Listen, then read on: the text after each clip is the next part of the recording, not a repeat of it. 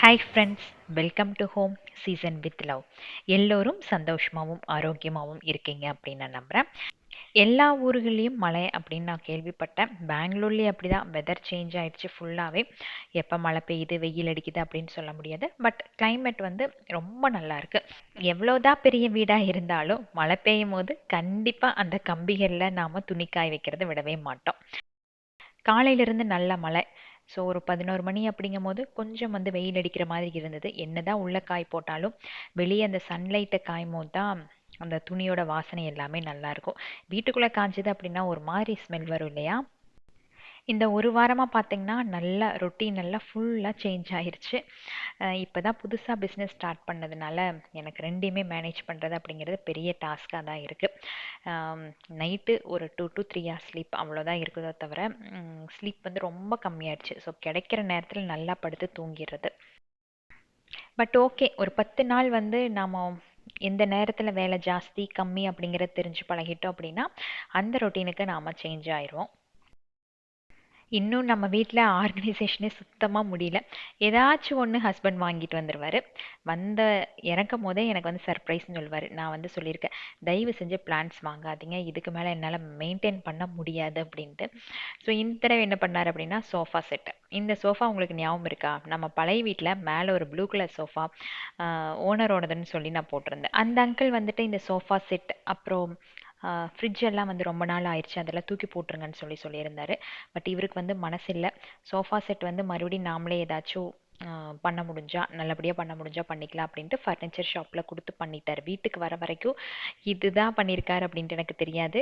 எனக்கு ஐடியாவும் இல்லை சோஃபா செட்டெலாம் பண்ண கொடுத்துருப்பாரு அப்படின்ட்டு. டக்குன்னு வந்து இறக்கும் போது எனக்கே ஒரு சர்ப்ரைஸ். ஹாலில் போட்டுருன்னு சொன்னார். பட் எனக்கு ஹாலில் போட்டேன் அப்படின்னா ஹாலோட சைஸ் கொஞ்சம் சின்னதான மாதிரி ஆயிரும். சரி நம்ம ஃபஸ்ட்டு ஃப்ளோரில் போட்டுக்கலாம் அப்படின்ட்டு தான் நான் வந்து அதை ஃபஸ்ட் ஃப்ளோருக்கே ஷிஃப்ட் பண்ணிட்டேன். ஆக்சுவலாக ஃபஸ்ட் ஃப்ளோர் பார்த்தீங்கன்னா நான் லைப்ரரியாக யூஸ் பண்ணலாம் அப்படின்ட்டு தானே பிளான் பண்ணி ஃபஸ்ட்டு செட்டப் பண்ணோம். ஸோ பாப்பா வந்து கொஞ்சம் புக்ஸ் எல்லாம் ரூம்குள்ளேயே அடுக்கி வச்சுருந்தா. சரி எனக்கு இன்னொரு நீட் இருந்தது. லைப்ரரி வந்து ஓகே, இந்த சோஃபா செட் இருக்குது, அதை வச்சு நம்ம யூஸ் பண்ணிக்கலாம். பட் இந்த சேர் எல்லாம் ரிமூவ் பண்ணிவிட்டு இந்த இடத்துல வந்து நம்மளோட பிஸ்னஸுக்காக கொஞ்சம் ஏதாச்சும் செட் பண்ணலாம் அப்படின்ட்டு ஒரு பிளான் பண்ணியிருந்தேன்.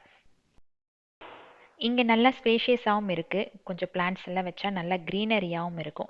ஸோ இந்த பிளேஸை ஏன் வேஸ்ட் பண்ணோம் அப்படின்ட்டு இங்கே மிரர் வந்து செட் பண்ணிட்டோம் அப்படின்னா நம்மளோட ரீல்ஸ் எல்லாம் எடுக்கிறதுக்கு நல்லா யூஸ்ஃபுல்லாக இருக்கும் அப்படின்ட்டு இந்த பெரிய சைஸ் கண்ணாடி வந்து நாங்கள் ஆர்டர் பண்ணி வாங்கினோம், கஸ்டமைஸ் பண்ணி வாங்கினோம். லாஸ்ட் வீக் vlogல கூட நீங்கள் பார்த்துருப்பீங்க. நானும் மித்துக்குட்டியும் வெளியே போயிட்டு ஷாப்பிங் பண்ணிட்டு வர மாதிரி. ஆக்சுவலாக போனதுக்கு காரணம் வந்து ஆஃபீஸ் போயிட்டு ஹஸ்பண்டை கூப்பிட்டு அங்கேருந்து இந்த மாதிரி கண்ணாடி எங்காச்சும் ஃபர்னிச்சர் ஷாப்பில் இருந்தால் வாங்கிட்டு வந்துடலாம் அப்படின்ட்டு தான் போனோம். பட் ரெடியாக எங்கேயுமே இல்லை. ஒரு கடையில் தான் இருந்தது. அது எனக்கு பிடிச்சிருந்தது. பட் ஹஸ்பண்ட் வந்து இரு ஏதாச்சும் ஃபர்னிச்சர் ஷாப்பில் சொன்னோம் அப்படின்னா சூப்பராக பண்ணி கொடுத்துருவாங்க, 1 வீக் வெயிட் பண்ணி பாரு அப்படின்னாரு. சரின்ட்டு ஒரு ஷாப்பில் போய் பார்த்தோம்.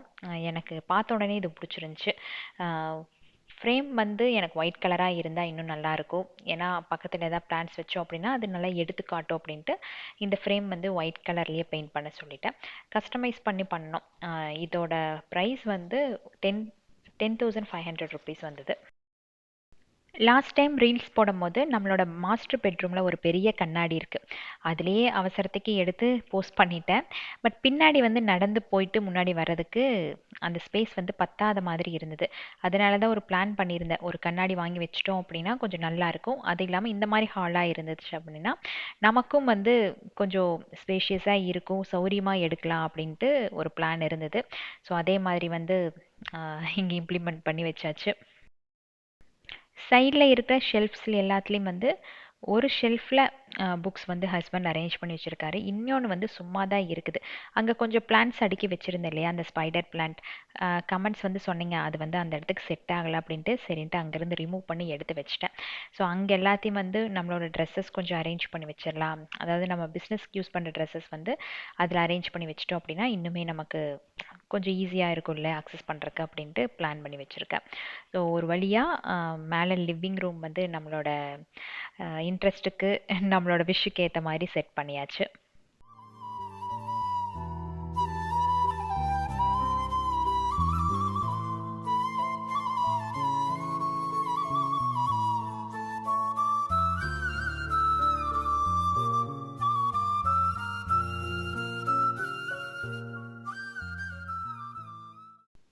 இந்த சோஃபா செட் மட்டும் பார்க்குறக்கு கொஞ்சம் எம்ப்டியாக இருக்குது. நான் வந்து கீழே இருக்கிற குஷன்ஸ் எல்லாத்தையும் மேலே ஷிஃப்ட் பண்ணி இங்கே வச்சிடலாம் அப்படின்னு யோசிச்சுட்டு இருக்கேன்.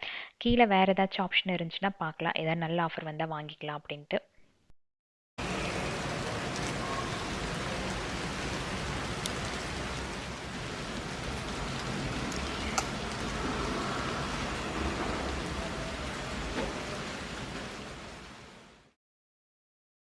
ஸோ மேலே வேலைகள்லாம் முடிச்சுட்டு கீழே வந்து நம்மளோட டைனிங் டேபிள் சேர்ஸ் இருந்துச்சு இல்லையா, அந்த கவரை சேஞ்ச் பண்ணிடலாம்.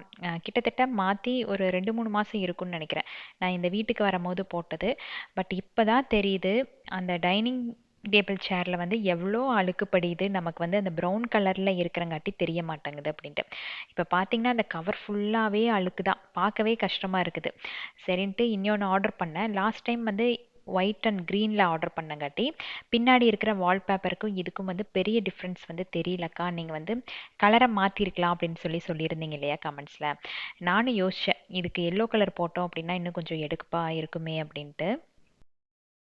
போன தடவை நம்ம ஆர்டர் பண்ணோம் இல்லையா, அவங்களோட பேஜ்லேயே தான் ஆர்டர் பண்ணியிருந்தேன். பேஜில் இது வந்து அமேசானில் ஆர்டர் பண்ண, என்ன பிராண்டுன்னு கூட எனக்கு இப்போ கூட தெரியல.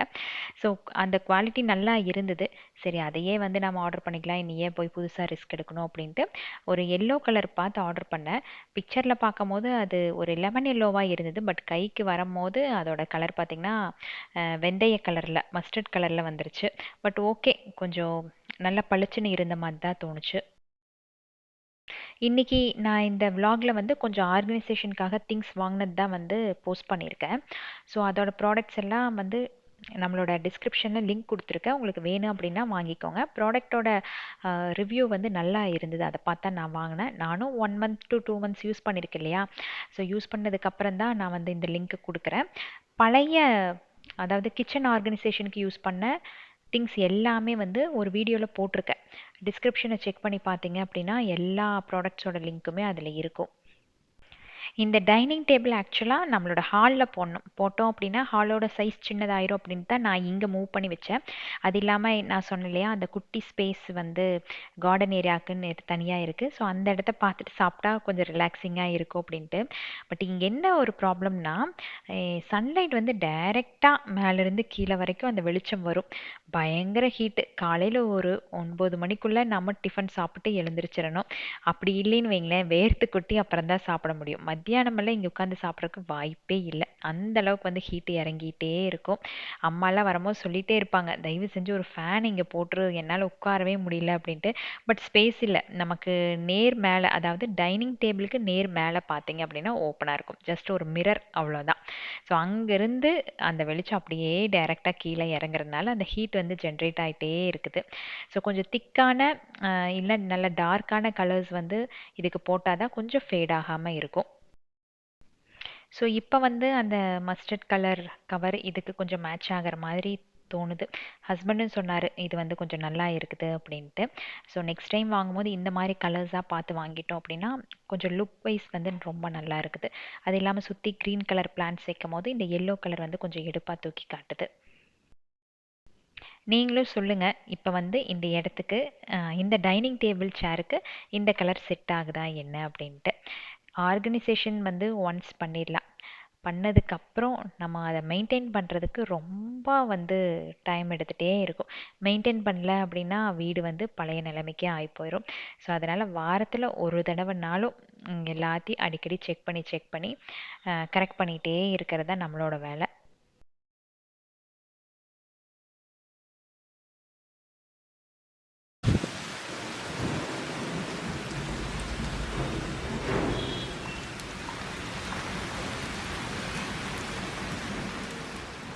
ஆக்சுவலாக அன்னைக்கு vlog வந்து நிறையா உங்களுக்கு டிப்ஸ் இல்லை, ஆர்கனைசேஷன் ஐடியாஸ் கொடுக்கலாம் அப்படின்னு தான் பிளான் பண்ணி வச்சுருந்தேன். பட் சடனாக பார்த்தீங்கன்னா காலையில் ஹரிஷ்மிதா ஸ்கூலுக்கு போகும்போதே லைட்டாக ஃபீவர் இருந்தது. நான் போகாதேன்னு சொன்னேன், கேட்கவே இல்லை, போயாச்சு.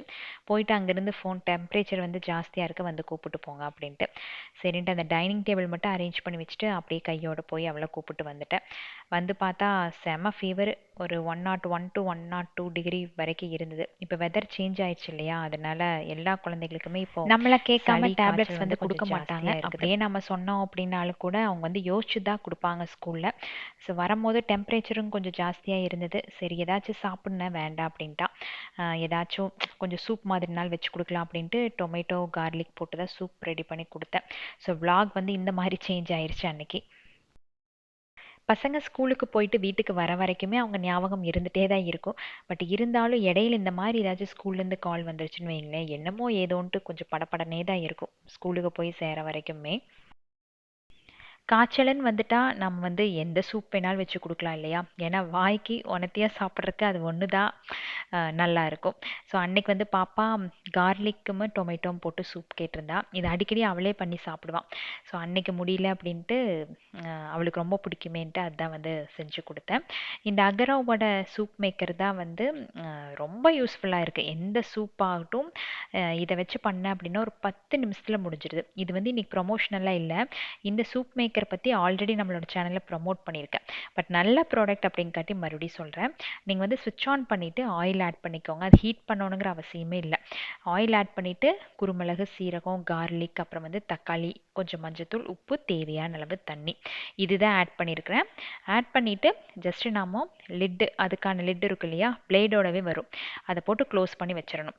அதில் வந்து மோட் செட் பண்ணும். அதாவது சூப் வந்து நமக்கு ஒரு மாதிரி தண்ணியாட்ட வேணும் அப்படின்னா அதுக்கான ஆப்ஷன் இருக்குது.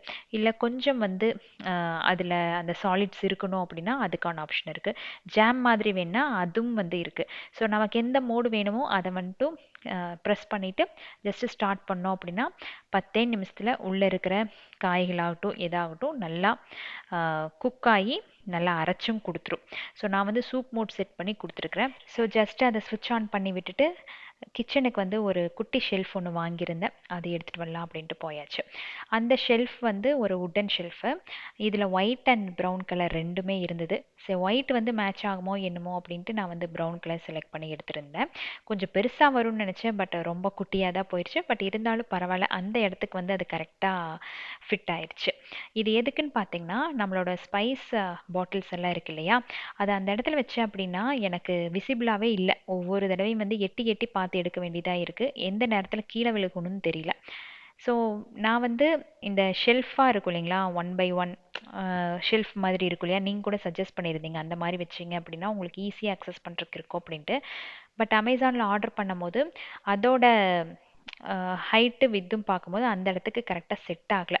சரின்ட்டா இது வந்து அது சஜஸ்ட் பண்ணுச்சு, அதனால இதை வந்து சூஸ் பண்ணேன். சரி ஓகே, இதுவும் வந்து பார்க்கறக்கு நல்லா இருக்கே அப்படின்ட்டு வாங்கிட்டேன். வாங்கினதுக்கப்புறம் எனக்கு கொஞ்சம் பயம், இந்த பாட்டில் வந்து அந்த ஷெல்ஃப்குள்ளே செட் ஆகுமா இல்லையோ அப்படின்ட்டு. பட் ஆண்டவன் புண்ணியத்தில் எதுவும் ரிட்டர்ன் பண்ண வேண்டிய வேலையில் கரெக்டாக வந்து செட் ஆயிடுச்சு. சப்போஸ் நீங்கள் இந்த ப்ராடக்ட் ஆர்டர் பண்ணுறீங்க அப்படின்னா டிஸ்கிரிப்ஷனில் லிங்க் கொடுத்துருக்கேன்.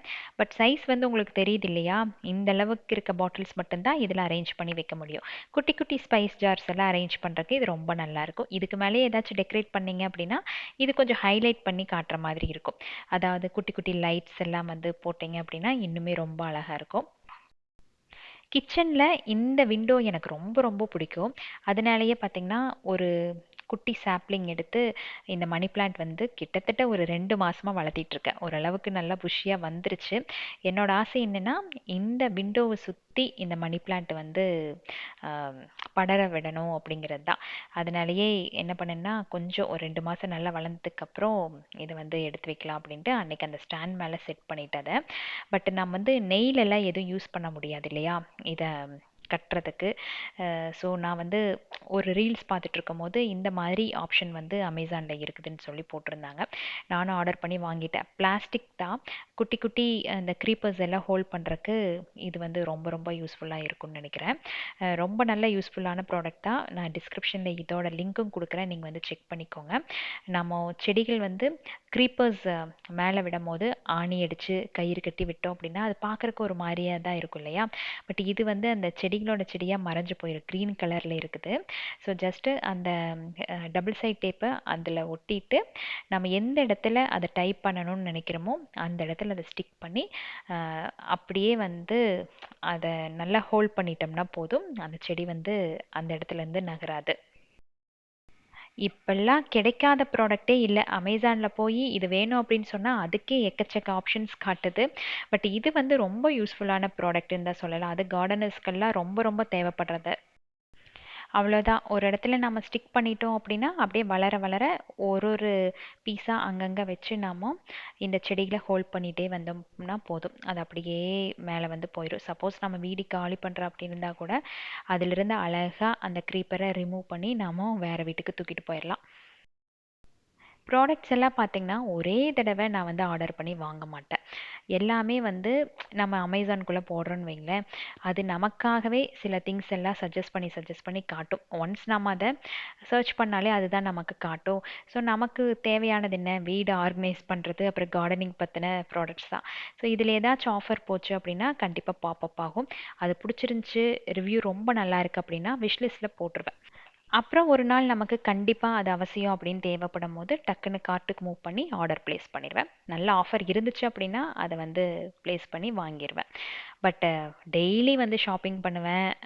வாரத்துல 2 நாள், 3 நாள் வந்து இதுக்காக செலவு பண்ணுவேன் அப்படிங்கிறதெல்லாம் இல்லவே இல்ல.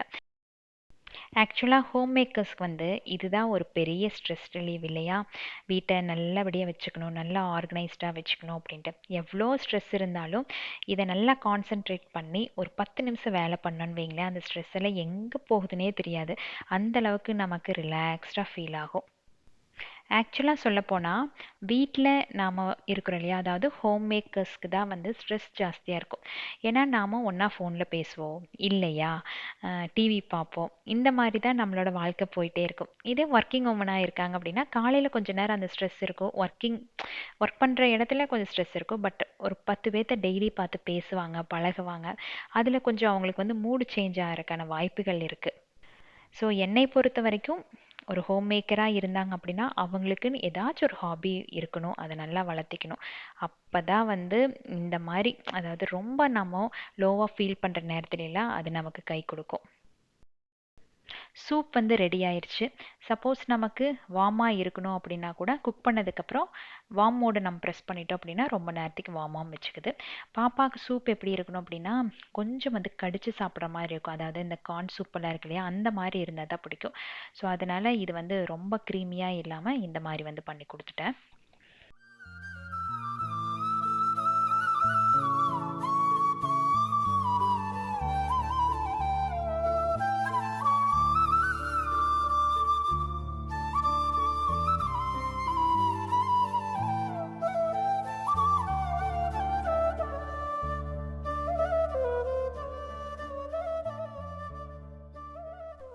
முந்தின நாள் நைட்டு கொஞ்சம் டைம் இருந்தது.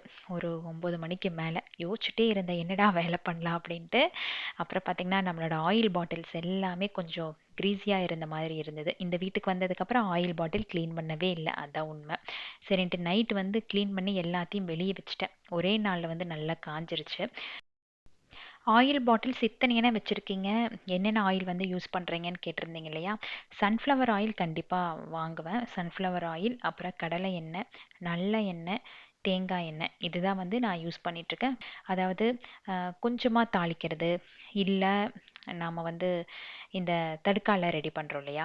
அந்த மாதிரி தோசைக்கு, இந்த மாரி எல்லாம் வந்து பெரிய பாட்டில்ஸ் எல்லாம் யூஸ் பண்ணாம, சின்ன சின்ன பாட்டில்ஸ்ல ஊத்தி வச்சுட்டேன் அப்படின்னா, தோசையெல்லாம் சுடும்போது ஜஸ்ட் அத மட்டும் எடுத்து வச்சு யூஸ் பண்ணிக்கலாம் அப்படின்ட்டு. பெரிய பாட்டில்ஸ்ல இருக்கிறது எல்லாமே வந்து ரீஃபில்க்காக யூஸ் பண்றது தான். ஸோ அந்த 2 பாட்டில்லையுமே வந்து கடலெண்ணெயும், ஆ சன்ஃப்ளவர் ஆயிலும் வச்சுப்பேன். சன்ஃப்ளவர் ஆயில் வந்து நான் யூஸ் பண்றது இந்த ஃப்ரையிங்க்கு. அவ்ளோ வந்து நம்ம வீட்ல ஃப்ரை பண்ணி எதுவுமே சாப்பிட மாட்டோம். ரொம்ப ரேர் தான். பட் இருந்தாலும் அது வந்து மாசத்துல ஒரு 1 லிட்டர் வாங்கி அத வந்து ஸ்டோர் பண்ணிக்குவேன். மத்தபடி குக்கிங்க்கு எல்லாமே கடலை எண்ணெய் தான். புளிக்குழம்புக்கு அப்படின்னா நாம யூஸ் பண்றது வந்து இந்த நல்லெண்ணெய் வந்து யூஸ் பண்ணிக்குவேன். ஒரு விளாக்ல பார்த்துட்டு உடம்பு வந்துருச்சு அக்கா, உடம்பு வந்துருச்சு அப்படின்னு சொன்னீங்க இல்லையா? அது வந்து பாப்பாவோட ட்ரெஸ் போட்டேன் அப்படின்னா கொஞ்சம் கும்முன்னு இருக்கிற மாதிரி தான் தோணும். இப்போ நான் போட்டிருக்கிறதும் வந்து பாப்பாவோட ட்ரெஸ் தான். நானும் விளாகை பார்த்துட்டு தான் யோசிக்கிறேன், நமக்கு உடம்பு வந்துருச்சோ அப்படின்ட்டு. பட் நான் இந்த ட்ரெஸ்ஸு போட்டோன்னே பாப்பா சொன்னேன், ஏன் ட்ரெஸ்ஸு எதுக்கு போட்டீங்க அப்படின்ட்டு. ஸோ அவள் ட்ரெஸ்ஸு வந்து எனக்கு ஓரளவுக்கு வந்து ஃபிட் ஆகும். எனக்கு பிடிச்சது அப்படின்னா அந்த கலரை நான் யூஸ் பண்ண ஆரம்பிச்சிருவேன். ஸோ அவள் ட்ரெஸ்ஸு போடும்போது வந்து உடம்பு ஓட ஒட்டுன மாதிரி இருக்கும். கொஞ்சம் பூசின மாதிரி தெரியுது. மத்தபடி நம்ம சைஸுக்கு நம்ம போட்டோம் அப்படின்னா, அது வந்து நம்ம உடம்புக்கு தகுந்த மாதிரி இருக்கும் இல்லையா? பாப்பாவது வந்து சல்வார் சைஸ் எஸ், என்னோடது வந்து எல். அப்புறம் எப்படி மேட்ச் ஆகும்? பட் இருந்தாலும் நான் போடுவேன். ரொம்ப நாளா அவளோட ஷெல்ஃப்ல இந்த ட்ரெஸ் எல்லாம் இருக்கும். அப்பல்லாம் கண்டுக்க மாட்டா. நான் எப்போ போடுறனோ அப்பதான் மேடம்க்கு வந்து கோவம் வரும். என் ட்ரெஸ்ஸை ஏன் போட்டீங்க, அது பண்றீங்க, இது பண்றீங்க அப்படிம்பா. அட போடி அப்படின்ட்டு நான் பாட்டில் எடுத்து யூஸ் பண்ண ஆரம்பிச்சிருவேன். கிச்சனில் பொறுத்த வரைக்கும் ஏதாச்சும் ஒரு ஷெல்ஃபை க்ளீன் பண்ணி நாம் வந்து டேயை ஸ்டார்ட் பண்ணோம் அப்படின்னாலே அவ்வளோ ரெஃப்ரெஷிங்காக இருக்கும் இல்லையா? அதே இந்த ஆயில் பாட்டில்ஸ் எல்லாம் பார்த்தீங்கன்னா க்ரீஸ் பிடிச்சிருந்துச்சின்னா நமக்கு தொடரக்கே பிடிக்காது. எப்படா இதை வந்து க்ளீன் பண்ணி எடுத்து வைப்போம் அப்படின்ட்டு தான் இருக்கும். அதே எல்லாம் வாஷ் பண்ணி எடுத்து ஃபில் பண்ணி வச்சிட்டோம் அப்படின்னாலே நமக்கு குக் பண்ணுறதுக்கு அவ்வளோ ஒரு சந்தோஷமாக இருக்கும். எல்லா எண்ணெயும் வந்து ஃபில் பண்ணி வச்சுட்டா ஒரே ஒரு பாட்டில் மட்டும் எம்டியாக இருக்கும். அது வந்து தேங்காய் எண்ணெய். அம்மா ஊர்லேருந்து கொண்டு வர சொன்னேன். பட் இந்த தடவை வந்து நல்லா மழை பெஞ்சிட்டு இருந்தது, என்னால் வந்து எண்ணெய் ஆட்ட முடியலன்னு சொல்லிட்டாங்க. சரி, இங்கே ஏதாச்சும் வாங்கி தான் அதை ஃபில் பண்ணி வைக்கணும். இது வந்து இந்த தோசைக்கு குட்டி குட்டி தடுக்காக்க யூஸ் பண்ணுறதுக்காக நான் வச்சுருக்கிற குட்டி குட்டி ஆயில் பாட்டில்ஸு.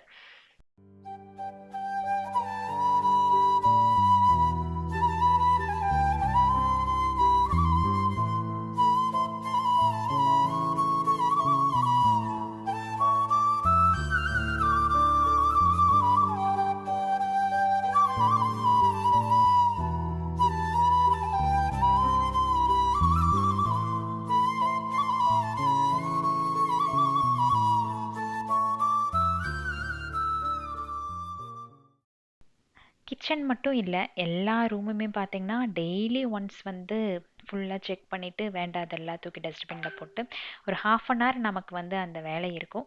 பட் அதை வந்து நீட்டாக ரெகுலராக நம்ம பண்ணிட்டு வந்தோம் அப்படின்னாலே வீடு வந்து எந்த ஒரு கசகசப்பும் இல்லாமல் எப்போவுமே சுத்தமாக இருக்கும். ஜஸ்ட் ஒரு 1/2 hour அதுக்காக டைம் ஸ்பெண்ட் பண்ணோம், அவ்வளோதான். ஒரே நாளில் எல்லா வேலையும் வச்சோம் அப்படின்னா கஷ்டம். அதாவது ஒரு ஒரு மாதமெல்லாம் க்ளீன் பண்ணாமல் அதை வந்து ஒரே நாளில் பண்ணோம் அப்படின்னா கஷ்டமாக இருக்கும். பட் டெய்லி ஒரு தடவை வந்து வீட்டை ஃபுல்லாக க்ளீன் பண்ணிவிட்டு அப்புறம் டெய்லி அதை மெயின்டைன் பண்ணுறதுக்கு ஒரு 1/2 hour டைம் ஸ்பெண்ட் பண்ணோம்னா போதும். இது வந்து நிறைய பேர் கேட்டிங்க. இந்த தடவை நான் பிஸ்னஸ் ஸ்டார்ட் பண்ணதுக்கப்புறம் எனக்கு வந்து மெசேஜஸே வந்து ட்ரெஸ்ஸை விட அக்கா எப்படிக்கா இவ்வளோ நீட்டாக ஆர்கனைஸ்டாக வச்சுக்கிறீங்க அப்படின்ட்டு. அதுக்காக நான் சொல்கிற பதில் தான் இது. அதே மாதிரி இந்த வேலைகள் எல்லாம் டெய்லி பண்ணிகிட்டே இருக்கிறதுனால போர் அடிக்குமா அப்படின்னா அது சுத்தமாக இல்லை. எனக்கு குட்டியாக ஏதாச்சும் ஒரு குஷன் இல்லை பில்லோ, அதாவது இந்த தலையணையெல்லாம் இருக்கு இல்லையா, அதெல்லாமே கொஞ்சம் அந்த இடத்த விட்டு நகர்ந்திருந்தா கூட எனக்கு கை வந்து துருதுருன்னே இருக்கும். அது எப்படா போய் கரெக்டாக எடுத்து வைக்கணும் அப்படின்ட்டு. ஸோ அந்த மாதிரி குட்டி குட்டி கரெக்ஷன்ஸையும் வந்து பண்ணிகிட்டே தான் இருப்பேன். ஸோ இதில் வந்து போர் அடித்ததே இல்லை. நாமளும் டெய்லி அதே கிச்சன், அதே லிவிங் ரூம் இப்படி தானே பார்க்குறோம். ஸோ ஒரு ஒரு மாதத்துக்கு ஒருக்கா அதை மாற்றி இங்கே வைக்க, இதை மாற்றி அங்கே வைக்க அப்படி பண்ணோம் அப்படின்னா வீட்டில் ஏதோ ஒரு சின்ன சேஞ்சஸ் இருக்கிற மாதிரி இருக்கும். அது கொஞ்சம் ரெஃப்ரெஷ்மெண்ட் கொடுக்குற மாதிரி இருக்கும். அதுக்காக தான் அப்பப்போ வந்து குட்டி குட்டி ஆர்கனைசேஷன் வந்து பண்ணிகிட்டே இருப்பேன்.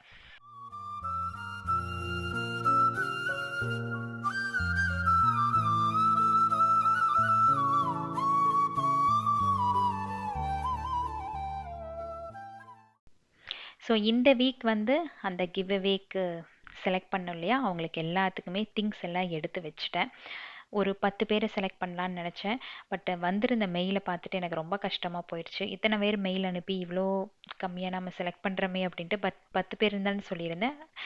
ஒன்று ஆட் பண்ணி 11 பேராக இந்த தடவை வந்து கிவ் அவே கொடுத்துருக்கேன். நீங்களா கிவ் அவேன்னு இதுக்கு பேர் வச்சிட்டிங்க. பட் நான் அப்படி வந்து நினைக்கல. எங்கிட்ட நிறைய திங்ஸ் இருக்குது, அதாவது ப்ரொமோஷனுக்குன்னு வந்தது திங்ஸ் நிறைய இருக்குது. அதை நான் வச்சு யூஸ் பண்ணாமல் இருக்கிறத விட யாராச்சும் கொடுத்து அதை யூஸ் பண்ண சொல்லலாம் அப்படிங்கிறதுக்காக தான் நான் இது கொடுக்குறேன். நான் பேக் பண்ண பாக்ஸஸில் பிராண்ட் நேம் இருக்குது. பட் அந்த ப்ராடக்ட்ஸ் வந்து அதில் வைக்கல. கண்டிப்பாக எல்லாத்துக்கும் யூஸ்ஃபுல் ஆகிற மாதிரி ப்ராடக்ட்ஸ் தான் வச்சுருக்கேன். பாக்ஸஸ் வேறு, உள்ளே இருக்கிற திங்ஸ் வேறு. அதே மாதிரி நீங்கள் வாங்கிட்டு எனக்கு ப்ராடக்ட் ரிசீவ் ஆயிடுச்சக்கா அப்படின்ட்டு எனக்கு இன்ஸ்டாகிராமில் வந்து மெசேஜ் போட்டுருங்க. இதே மாதிரி வந்து 3 months ஒன்ஸ் வந்து நம்மளோட சேனலில் கொடுப்பேன். அந்த 3 months சேர்கிற ப்ராடக்ட்ஸ் வந்து கண்டிப்பாக அந்த 3 months எண்டில் நம்மளோட சப்ஸ்கிரைபர்ஸ்க்கே கொடுத்துட்றேன். ஸோ இந்த வீக் நம்மளோட ஃபேமிலியில் யார் யார் birthday and wedding day celebrate பண்ணுறாங்கன்னு பார்க்கலாமா?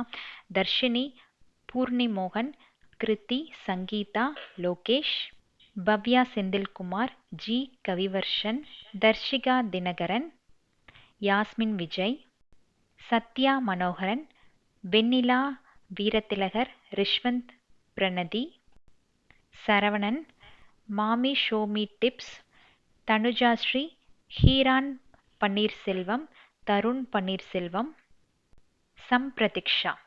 சம்பிரதிக்ஷா. இன்னைக்கு பர்த்டே செலிப்ரேட் பண்ணுற அனைவருக்குமே இனிய பிறந்தநாள் தின நல்வாழ்த்துக்கள்.